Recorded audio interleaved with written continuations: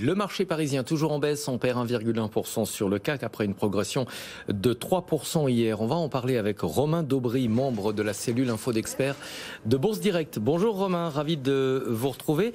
Le marché s'est peut-être un petit peu emballé hier, 3% de Bonjour hausse sur des espoirs d'issue positive des négociations entre l'Ukraine et la Russie. En tout cas, ça nous montre, quand on voit la baisse d'aujourd'hui, que le marché reste très volatile. Oui, on a eu un comportement boursier un peu connu qui est d'acheter la rumeur. En fait, il y a plusieurs éléments et plusieurs signaux contradictoires en place.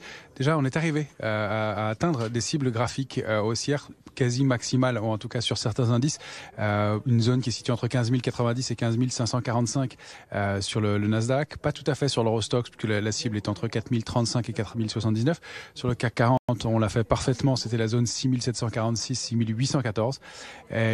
Donc, on a connu à ce moment-là, effectivement, sur cette impulsion haussière des éléments techniques, rachat de short, peur de retard dans le marché et à mon sens effectivement un mouvement plutôt technique et pas très soutenu. C'était l'extension et le rebond maximal qu'on escomptait sur le marché. Alors ça ne veut pas dire que le mouvement ne puisse pas continuer, puisqu'on a même connu du soutien depuis 2 séances du côté de la position ouverte sur le futur CAC 40, alors que, et ça faisait très longtemps que ça n'avait pas été le cas, 17 000 contrats futurs ont été ouverts sur une position globale de 250 000.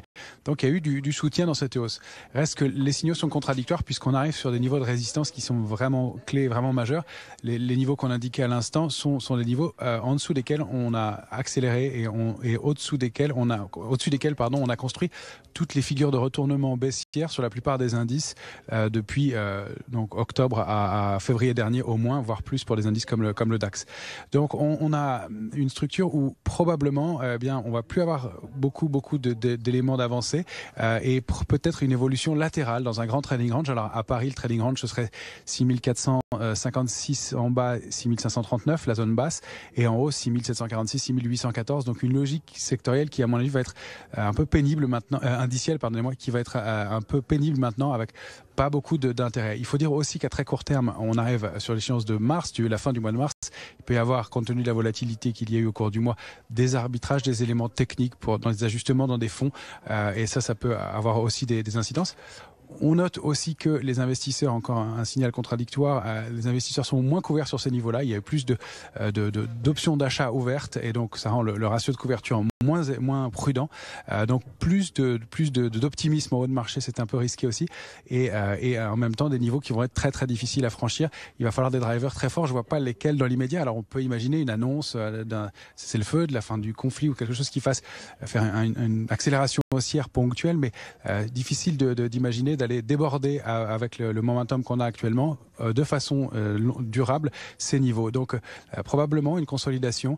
Pour l'instant, pas de figure de retournement baissière, donc il n'y a pas de raison non plus de se positionner à la vente, sauf pour des choses très dynamiques. On l'a fait hier sur extension, on est sorti assez rapidement ce matin, mais on n'insiste pas et donc on a de plus en plus une logique très très stock picking.